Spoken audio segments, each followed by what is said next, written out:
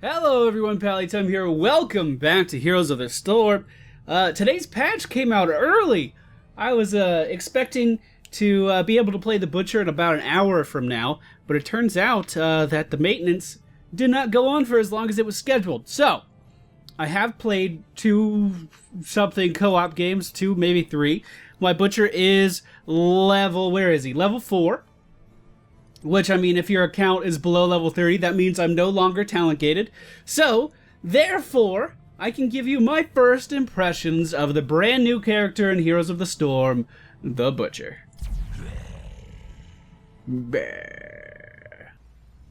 Alright, ladies and gentlemen, we find ourselves on the tomb of the Spider Queen. Look at this big hunk of man. We do have a treasure goblin on the ground right here. This is coming from the daily quests that are for the new event. If you have that quest, you will get an extra 100 gold, but of course I've already done it. Why have I played my first matches in co-op? Well, quite simply, I didn't feel like waiting 6 minutes for my queue like I did for this one. That being said, we have a pretty good team composition. We have Tassadar, Johanna, Taronda, the Butcher, and Murky. The enemy team, the Butcher, of course. That's going to be a very common trend for a while. Gazlo, Diablo, Tassadar, and Malfurion. We are going to be picking up victuals. I'm assuming that's how it's pronounced. Heal for 3% of your maximum health when you collect fresh meat. So, what does that mean? Fresh meat is our trait. Our trait, whenever we kill something, they will drop this pile of blood on the ground, and then we walk by, and we waka waka waka waka, Pac-Man all over that meat in order to start to generate some stacks. For every stack of fresh meat that we have, I could get crowd controlled like crazy here. There you go. We will be hitting for 1% harder on our auto attacks. The Butcher does not have very high damage on all of his abilities, 50, 32, 70. Not that high. He is all about gathering these stacks and then auto attacking once he has a ton of stacks. Now, if you die, you lose all of your stacks unless you specifically talent not to have that happen. So, in the early game, you do have to play a little careful. Now, that being said, if Diablo continues to step out of bounds like he keeps doing there, I will strike him down and feel no regrets. Okay, he's at high health now, so we're just going to walk away. So the idea in the early game, you want to get up to 25 stacks of fresh meat as soon as possible so you can start to really do that really high auto attack damage. Now on top of that, we do have our Q ability. This is Hamstring. This is a skill shot in a straight line. When we hit people with it, they take a little bit of damage and then they will be slowed as well. Let's see, 60 damage and slows enemies by 50%. And that's going to fade over 2 seconds. So it starts out at 50%. It starts as a really high initial slow, and then it'll kind of taper off. Our W ability is Butcher's Brand. It will allow us to mark a target with our brand. So let's get Diablo to fight us here. We can mark Diablo with the brand, and then you can see my auto attacks against Diablo are healing me for a ridiculous amount of health. It allows me to heal for 75% of the auto attack damage that I deal. So once again, the more stacks you have, the harder you're hitting, and then therefore the more you're healing for. And then our E ability, this is called Ruthless Onslaught. It's like a headbutt. Here you go. I'm going to use it on Furion. That could have easily gotten me killed. You basically charge after a target, and when you hit him, you do stun them. So he does actually have a little bit of utility. Perhaps we could use that on the back line when Lily is using her ultimate, knock her out of that jug of 1,000 fuck yous and make some plays happen. He seems to have a pretty cool set. I like the fact that it's all very focused around right-click damage, though. I really, really like that. We're going to go ahead and slow down Diablo, just come in with some right-clicks. We are going to have to reposition pretty quickly. We'll go ahead and hit Diablo with the mark. Just heal back up a little bit and go back to farming. Now remember, whenever we pick up these little piles of blood, we are going to be healing for a decent amount. It's basically like getting a regen orb every single time without the heal over time effect. So it is actually a lot of sustain in the early game and in the late game as well. You can walk through a lane, you can Pac-Man and get back up to full health very quickly. It's actually really nice. As far as jungling goes, he seems to be very good at taking siege camps, can do it with his eyes closed. Bruiser camps can beat him up for a little bit, and it does take him a little while to do bruiser camps because he doesn't appear. I haven't looked at all of his talents, I'll be honest with you. He doesn't appear to have much cleave potential. Today's build is going to focus on stacking up our trait and doing as much right-click damage as we possibly can. Our Johanna initiating here. Let's go ahead and headbutt Tassadar. He's probably going to dimensional shift out of it. He did exactly that. Good awareness on his part. And both teams starting to gather in the middle for some reason. The enemy Butcher jumping in on our Johanna. And now I'm out of position, so we're just going to leave. We're going to throw down the slow behind us and walk on out of there. That 50% slow could actually be very powerful, very, very powerful. My impressions of the Butcher is that he has a hard time keeping up with people. A very hard time keeping up with people. Let's go ahead and hit Furion with the brand, then we're going to slow him, then we're going to headbutt him, and that will be a kill. Beautiful. He can do a lot of burst damage, as you just saw, if you land all of your abilities in the proper sequence. So your Q ability, the trick to it is that it resets your auto-attack timer. So what you do, you auto-attack, you Q, and that'll cause you to auto-attack immediately. That will do more damage if the target is branded, or you'll heal for more, if the target is branded. So if you need a lot of health, you brand a target with your W, auto-attack, and then immediately Q for another auto-attack. We will be picking up, I don't even know how to say this, but increases maximum amount of fresh meat. This is going to allow us to stack our trait up to 35 instead of 29. Remember, for every, or 25. Remember, for every single stack of fresh meat that we have, we hit 1% harder. So getting another 10% damage on your right clicks is very, very, very, very powerful. We're going to be heading down to the middle lane to help clear out the objective. Tassadar should be fine up there. I'm not worried about him. We're just going to hit this guy with the mark, or the brand, excuse me. Deal 50 damage to call your target. Yeah, so they don't take increased damage. There's no vulnerability effect from your W. You just heal off of it once you brand a target. Tassadar still cleaning this up. We're going to make our way back up here. I am pretty happy with our team composition, even though we do have two supports that people don't like playing in solo queue now for various reasons. I think we have a pretty good makeup. I think this could be a pretty good game. Let's see, we did pick up Envenom at level 4, basically just to increase our burst damage potential. We want to be able to get someone out of a fight very quickly, and Envenom can help us do that. Basically force someone out before they're ready to actually leave. Really strong. I'm going to go ahead and turn in because I have enough, and this should get us a spider wave of our own. Yes, indeed. Yes, indeed. Now, let's use our charge on Tassadar from the bush. Our charge does get faster as we start to move along. He does dimensional shift, but a good stun from Tyrande. I thought it was actually going to land. I believe he has that deep tunnel talent, allowing him to stay in that dimensional shift a little bit longer. As you can see, we are chasing down the enemy Butcher. He was slowed for quite some time. We could slow him again, hit him with the brand, hit him with the Envenom, and now Murky hopefully coming in to secure the kill. The charge isn't going to be enough. We can hit him again with the Q. God, he was resilient. He had some serious healing from Malfurion there. Some serious mitigation, at least I think. Now, Furnace Blast is a big AoE around you. I wish I could show you the range without selecting the target. The idea is you use Furnace Blast, and then you dive in on the enemy team. I am going to go for Lamb to the Slaughter because I think it's a really cool mechanic, and I just kind of want to show it off.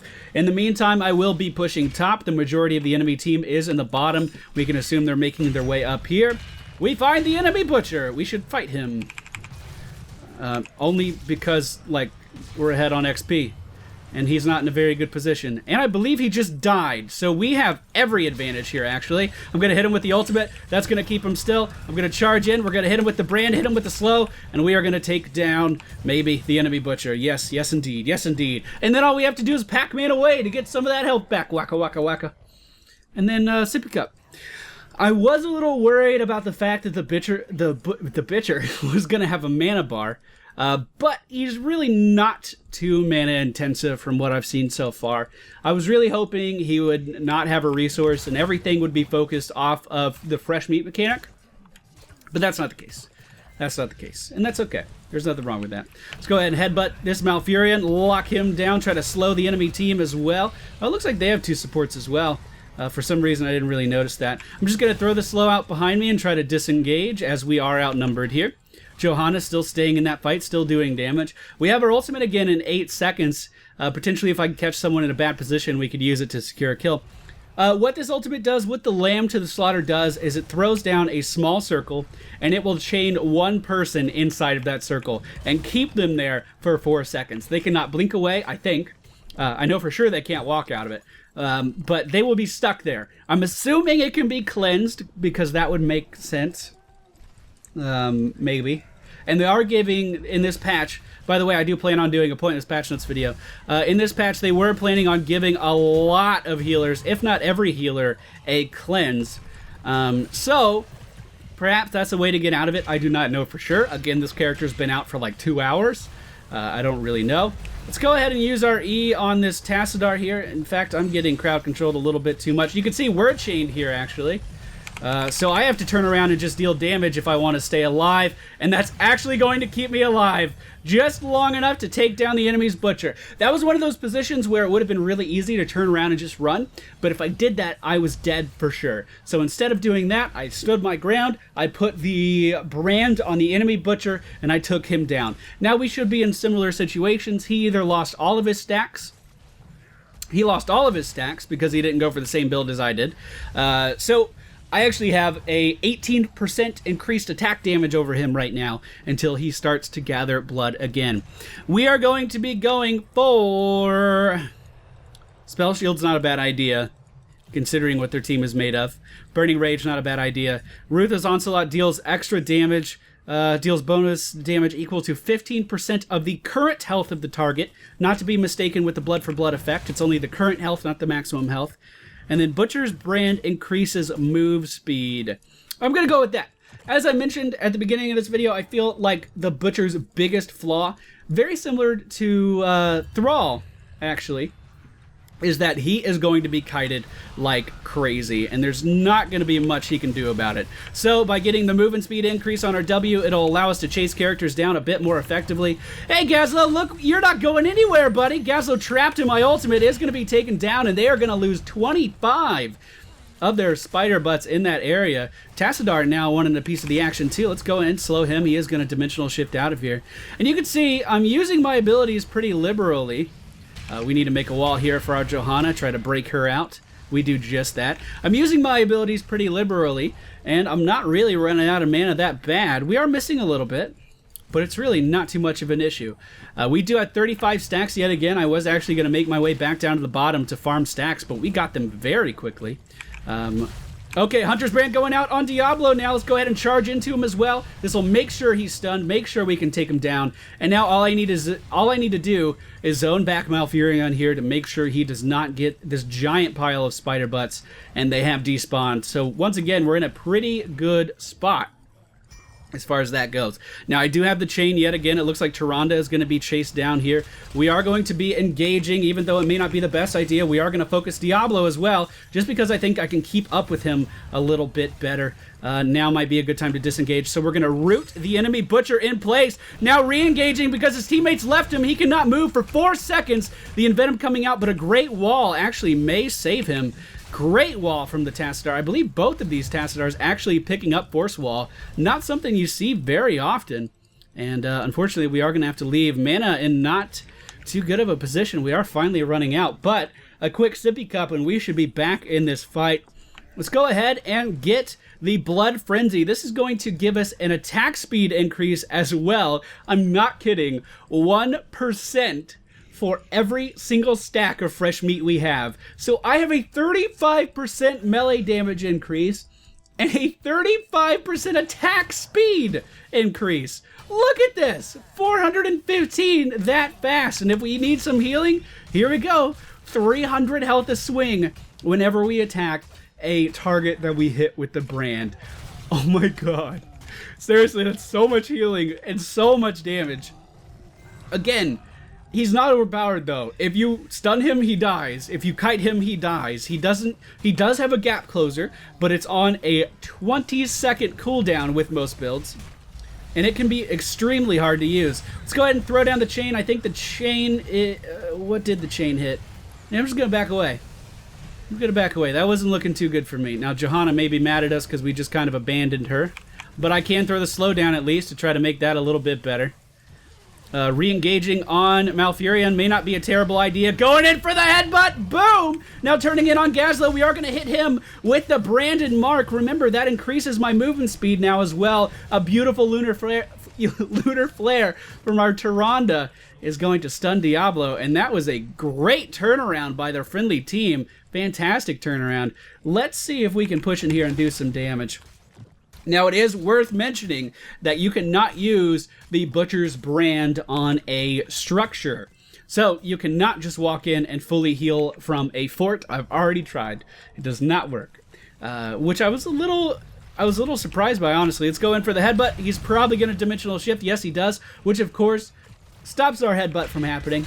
But we might be able to take down this tower before anyone really notices. Of course, Malfurion coming in immediately as I say that. The headbutt coming out on me. We are going to try to back up here.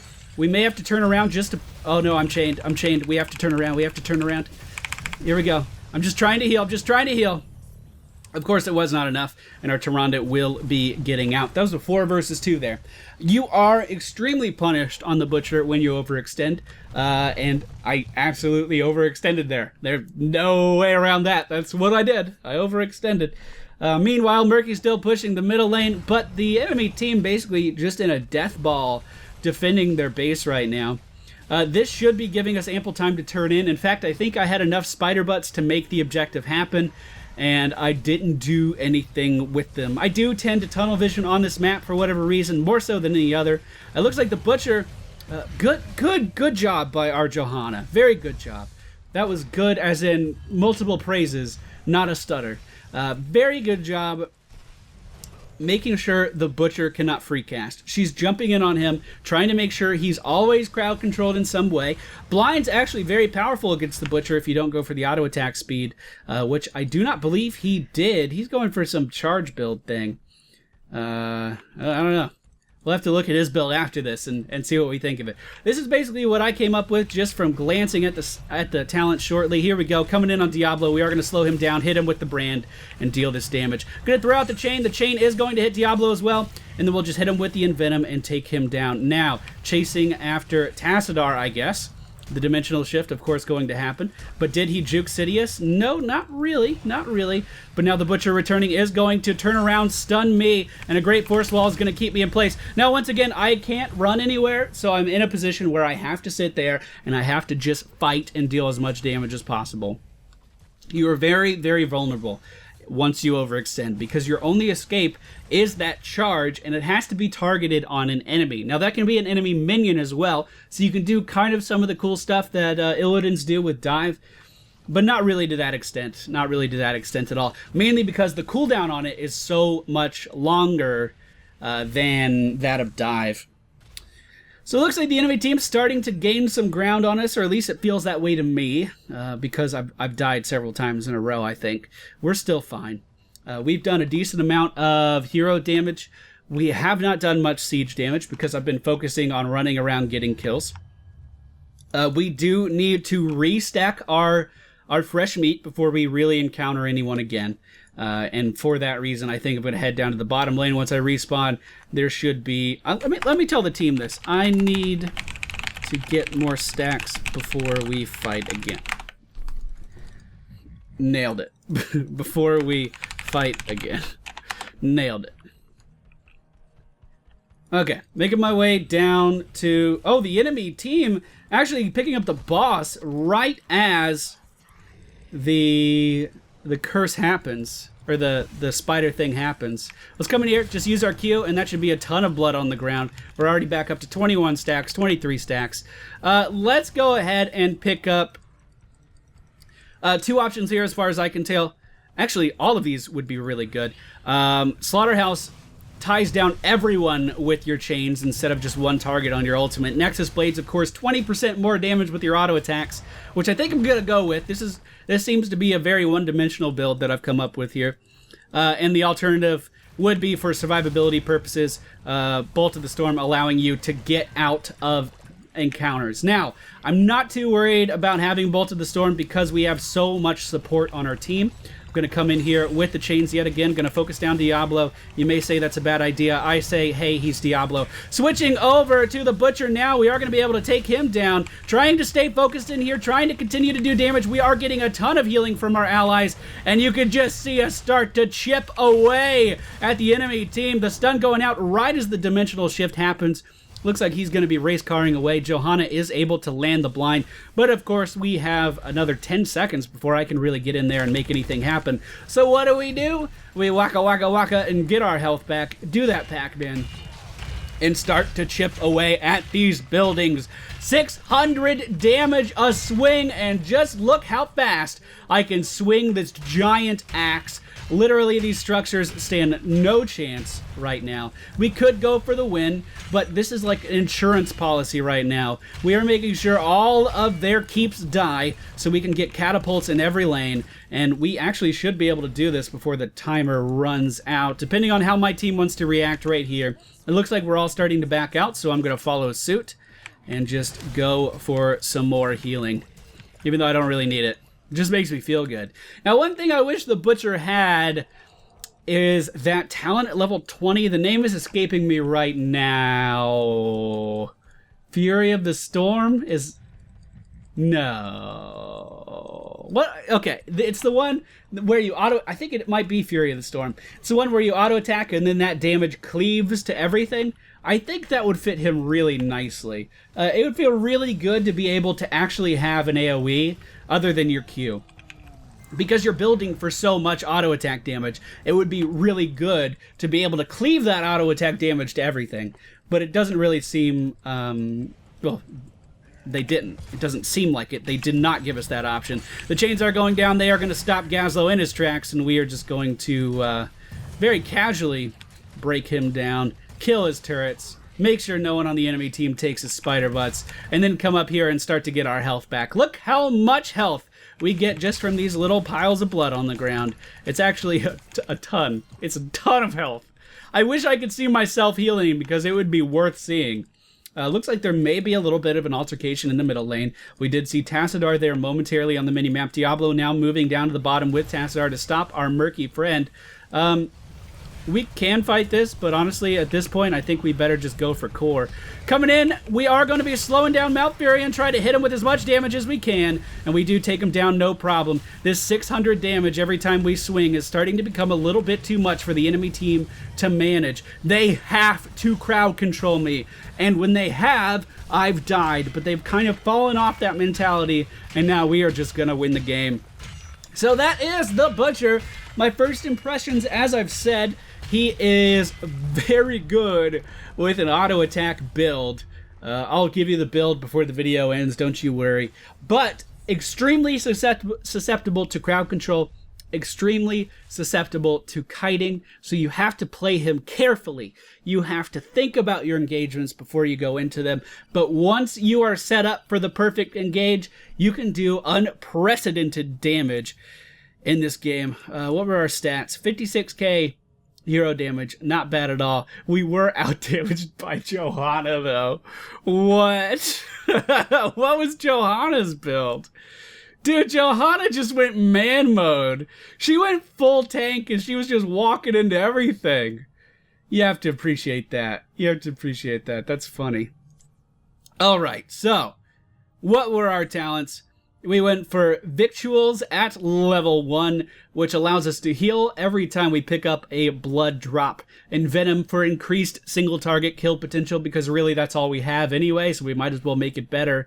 Then we increased our maximum stacks to 35. Remember, every single time we get another stack, it increases our damage by 1%, which is amazing.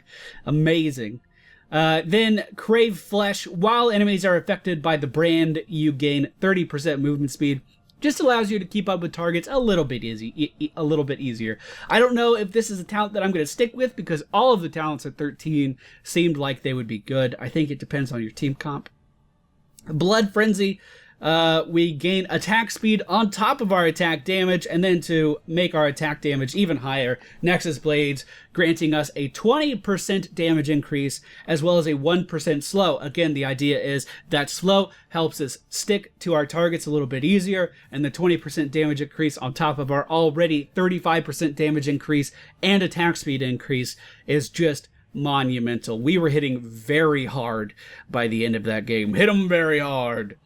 So that's going to be it for me today. I hope you guys enjoyed my first impressions of the Butcher. We're going to mess around with some different builds and see what we can come up with. Let's look at this guy's build. Let's see what he was doing, actually. So he did the healing off blood vials, reduced cooldown of his E ability by 40% upon impact. So when you use it, if you actually hit your target... What do you mean on impact? You're immune to you can't be crowd controlled. You just kind of go. So I guess they could put a structure in between you. Yeah, that could be something that happens. You jump over, but sometimes he just runs around. So I feel like you're always going to impact, almost. Maybe. There'd be some situations where I guess you can't move through terrain. Probably. I don't know. So 40% cooldown reduction on his E once he lands. Increases the range by 33% and causes you to lunge at the enemy when close to impact. So you kind of do a quick gap close at the end, it sounds like. I'm surprised he didn't go for the damaging ultimate with those two talents, because with the furnace ultimate or whatever it's called, you get this AoE around you, and then the idea is you cast it and then charge in on someone. Right when you hit them, it explodes. That's the idea that I got from it anyway. So it's kind of weird that he went for the more CC focused, especially when they have a Malfurion and a Diablo on their team. Crave Flesh, same thing. We got movement speed. Enraged, receiving damage that reduces you below 50% of your maximum health causes you to become enraged for 10 seconds. You gain 40% attack speed and reduce the duration of slows, stuns, silences, and roots against you by 75%. It has a cooldown of 30 seconds. That doesn't seem bad. Kind of like a last stand kind of ability. And then he went for the chain everyone in the area together.